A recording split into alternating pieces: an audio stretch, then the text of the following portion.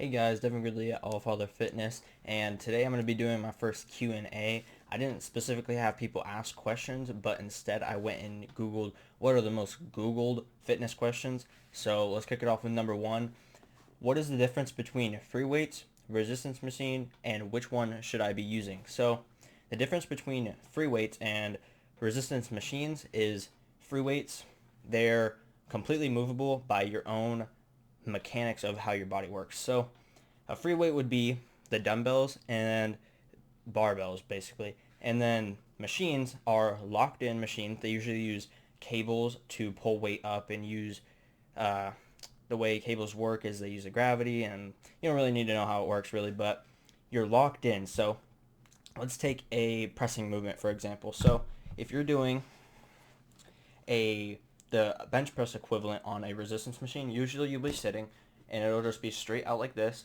And usually your hands will actually go in, so it's a lot better than doing just a normal bench press in the fact that you get more contraction, but the problem is you can't lift as much weight and you're not recruiting as much muscle fibers because of the fact, one, you're not lifting as much weight, and two, you're not using gravity to make the weight heavier, because if you're sitting like this, it's obviously going to be a lot different movement than if you're laying completely flat on your back.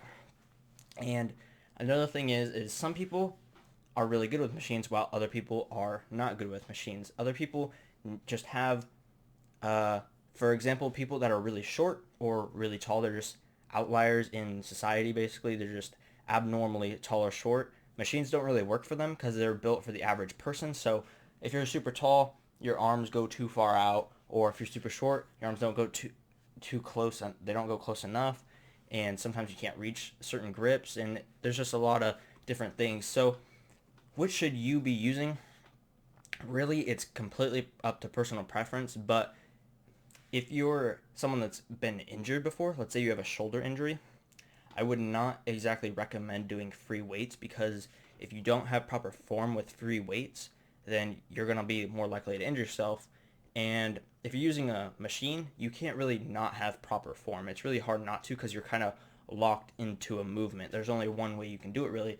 For the chest press or whatever, you sit back and you just press forward. With the bench press, you have to put your shoulder blades down and back, and you have to lay down flat. You have to make sure your back's flat. You have to arch. You have to make sure your shoulders are locked in and good so you don't push them out back.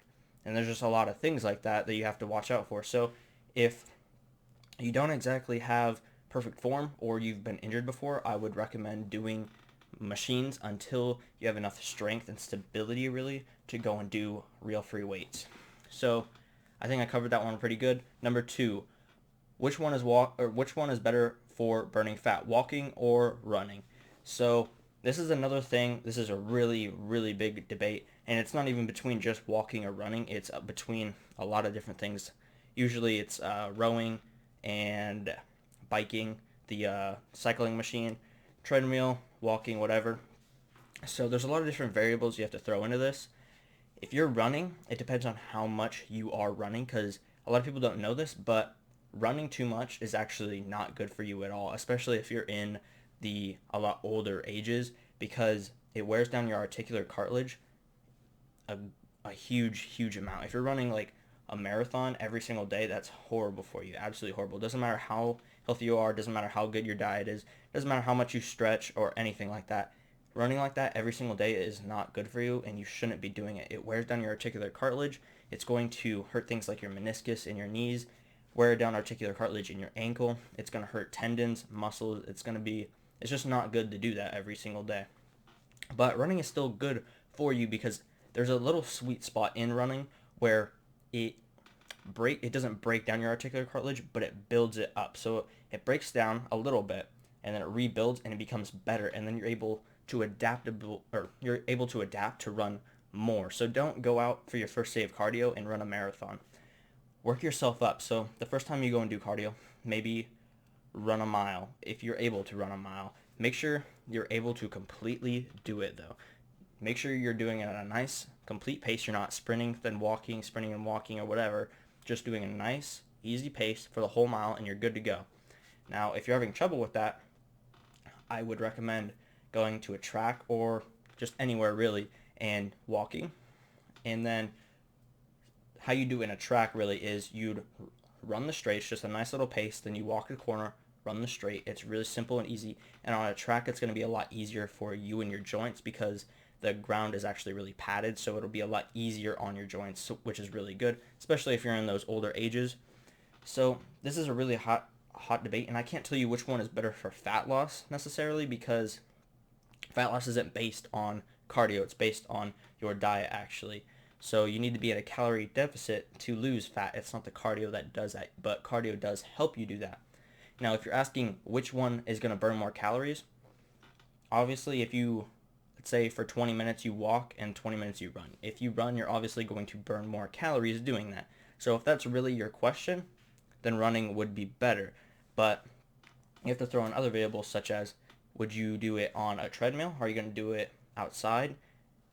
Treadmills are actually a lot worse than you doing it outside. Treadmills are not actually how you run. Your body alters the way you move to run on a treadmill properly so you don't fall off and get hurt.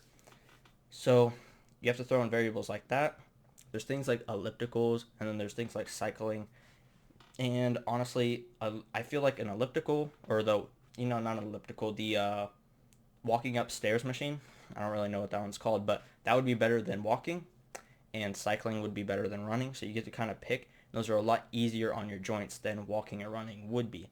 So you have to, there's just too many variables to really describe what is better for you, because it's kind of based on your mechanics of your body, how adaptable you are, and how easily you're able to recover, and just so many other things like that. But you have to put in mind that cardio and working out isn't what burns fat. It's being in a calorie deficit. So it's what you put in your body and how much or how little you do put in. So if you need help learning about that, I just posted a really in-depth video on how to lose fat, stubborn fat, and I go through a lot of different things, go really in-depth. It's a pretty long video, but I'll link it up right here and down in the description for you. But let's go on to question 3. How long should rest be in between your sets and reps? This is honestly completely dependent upon what you're doing when you're lifting. So if you're a power lifter, your rest periods are going to be significantly longer because you're doing, 1, compound movements, which are a lot harder, and 2, you're doing way heavier weight than normal people. And if you're a powerlifter, I probably don't need to tell you that because you're already doing it. But if you're just starting out, really just do a set and look at your watch or whatever, your phone, and just kind of time out.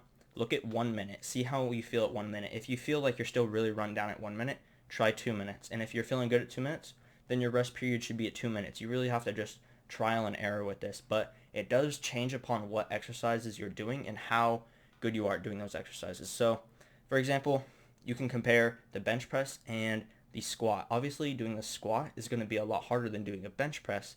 So doing the squat, you're going to want to have your rest periods be longer because you want to be at your full potential or capacity of being able to do that exercise so you don't get injured, because getting injured doing a squat is something you do not want at all. It'll hurt your back, your abdomen. It's just not good. I have personal experience with it. I ripped my abdomen, both sides. Not fun. Don't injure yourself doing a squat or a deadlift.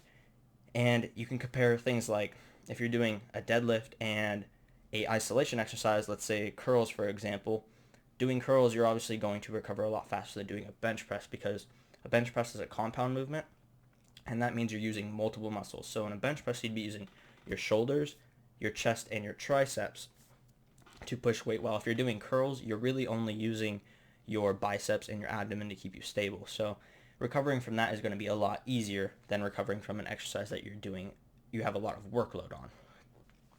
So next question, which diet is best to follow? And there's no diet that's best to follow. The best diet is one that you love. If you like this diet, then do that diet. If you hate this diet, obviously don't do that diet. If you really like keto, go and do keto. I'm not going to tell you it's not beneficial for you. If you like to do it and you stick to it and you're consistent and you just do it and you're happy with it, then do it. I'd rather see someone do something that's maybe not optimal, but them like it and stay consistent with it than them do something that's 100% correct, but they absolutely hate it, because consistency is really what's key in all of fitness or anything in life, really.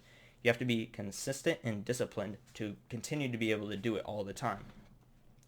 So yeah, there's no diet is best to follow. If you're looking to burn a lot of fat, once again, go watch that video, that fat loss video, and it's really just about your calorie deficit. You can eat any food you want. You could eat McDonald's for all I care, and you'll lose fat if you do it in a calorie deficit. It's obviously not healthy for you. So if you're looking to be extremely healthy, the balanced diet is the best for you.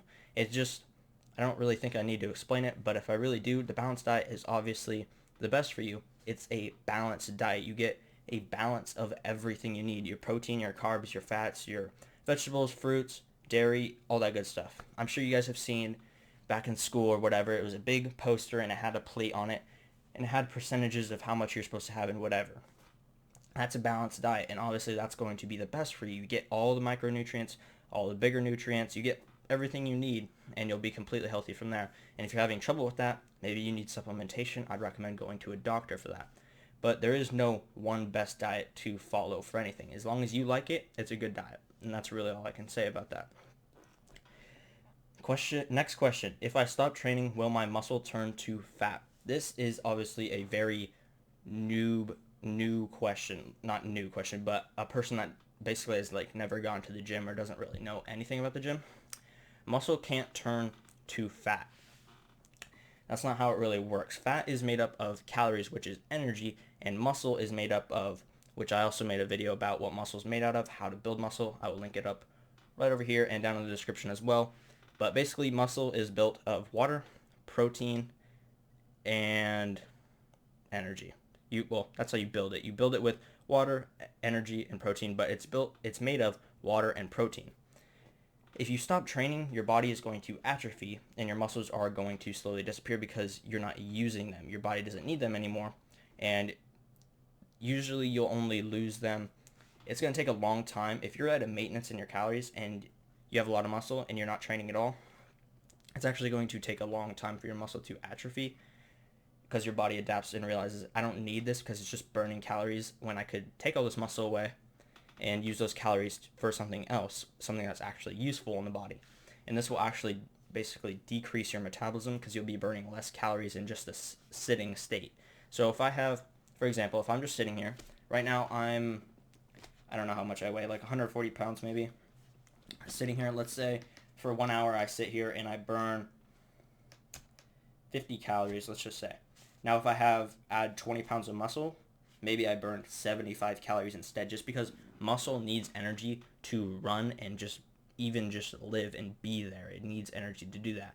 So the more muscle you have, the more fat you're actually going to burn, but it doesn't go the opposite direction. If you stop using your muscle, your body, if you're in a calorie deficit, is going to eat the muscle for energy and keep your fat, and then so it can use it in case you ever go and starve, which is what your body's preparing for. You have to realize your body doesn't think of all these environmental factors, that you have a house and you have a fridge full of food and all this. It still thinks primally, and it thinks we're in a calorie deficit. That means there's not enough food, which means we might starve. So we're going to keep as much energy as we possibly can, fat, and if we're not using this muscle and it's just burning energy that we need, obviously we're going to get rid of it so we can store more energy. In case we do start to starve, we can live longer and hopefully find food. You have to realize that your body just doesn't think of all these environmental factors we have and all the comfortability that we have. It's still very primal and it has a lot of instincts like that, and there's no way we can get rid of them. So you just really have to realize that, and a lot of things will become easier to understand like that.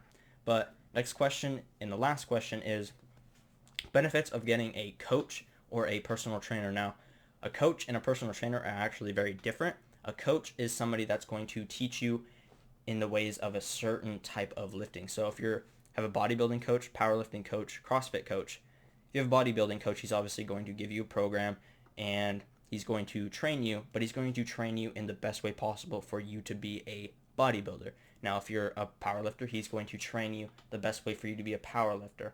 And if you're a weightlifter, or CrossFitter, I guess, he's going to train you the best way you possibly can for that specific thing. But a personal trainer is just somebody that's going to get you fit and what your goals are. But a coach is different from that.